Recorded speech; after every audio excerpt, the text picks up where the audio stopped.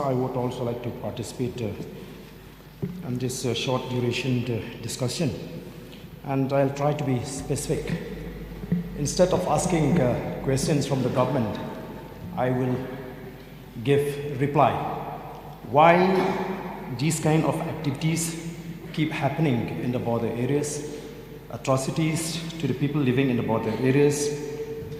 Because the more the state government, the government of Meghalaya is willing to engage in dialogue with the Assam government, the more the courage they are to encroach and commit into different kind of atrocities.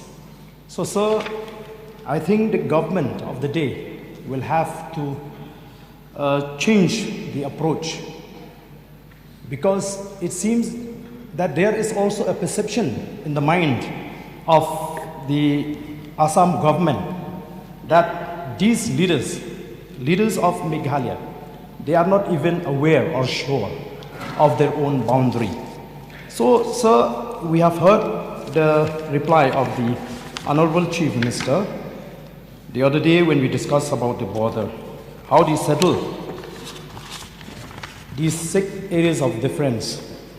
And when I look at this map, sir, I would like to show this map inside this house, sir, that this map is being published by the government of Meghalaya, and it is noted here that the interstate boundary between Meghalaya and Assam. Please help me.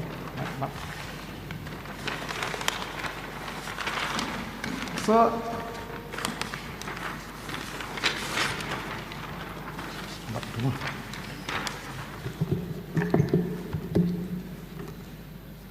it is mentioned here in this map, sir, that the interstate boundary between Meghalaya and Assam is shown here in accordance with the definition of sub-para 2 of para 20 of the 6th schedule of the Constitution. The district boundary of South Garo Hills district has been entered in accordance with Government of Meghalaya notification number HPL 399/75/157 dated 3rd December 1976, boundary of Bagmara Civil Subdivision. The district boundary of Ribhoi district has been entered in accordance with the Government of Meghalaya notification number HPL 139/8900 dated 4th June 1992. And if you look at this map, sir, you'll find that all those areas which have been claimed by the Assam government are very much inside this map.